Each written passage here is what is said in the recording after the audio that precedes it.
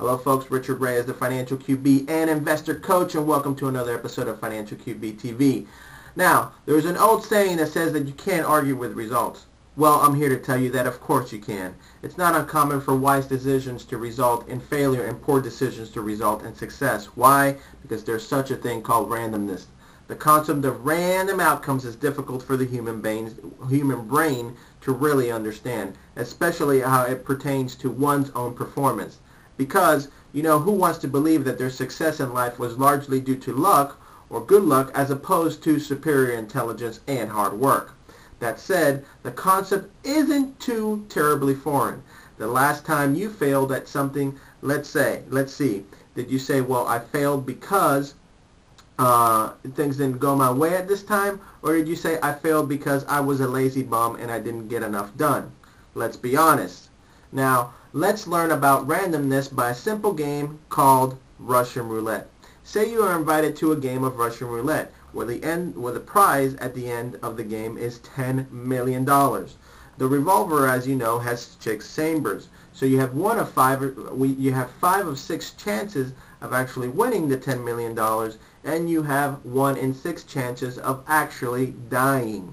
Would you take that bet?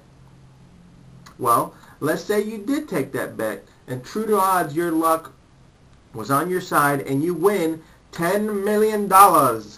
A dozen years from now, you're living in a nice upscale neighborhood. Of course, all your neighbors are doctors, lawyers, and successful entrepreneurs who ask you about your savvy way or the way that you build your fortune and ask you about your success.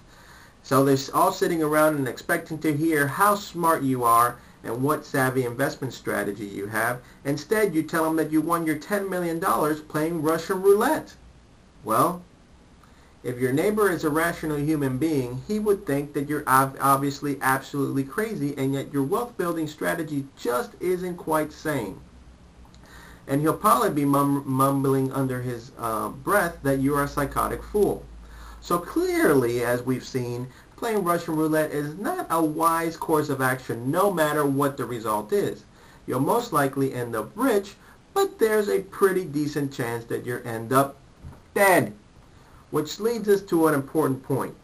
It doesn't matter how high are the odds of success if the consequence of failure is too much to bear. Nobody in their right mind would judge our fictitious millionaire who made his millions playing Russian roulette as making a wise decision, because his success was due largely to chance. Why then now do we praise investors who undertake risky Hail Mary trading strategies and happen to win big? Sure, speculating and gambling is fun, but it's not. But the source of success, blind luck, is exactly the same as with blind luck, and randomness is exactly the same as with Russian roulette. So why do we praise one, the trader, and we shun the other?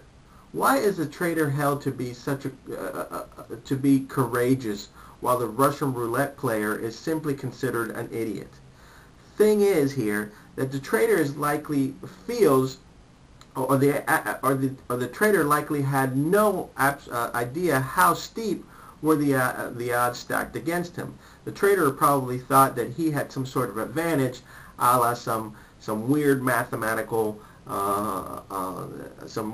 mathematical formula, or some different tea leaves, or some different way to interpret charts. Okay, so since the trader probably thinks the odds are in his favor, of course, is he really all that courageous? The Russian roulette player, on the other hand, knows exactly what the odds are and is well aware of the consequence of losing, which is death. So looked at it this way, which really deserves your praise? Richard Reyes, Financial QB and Investor Coach. Build wealth, ignore Wall Street, and get on with your life.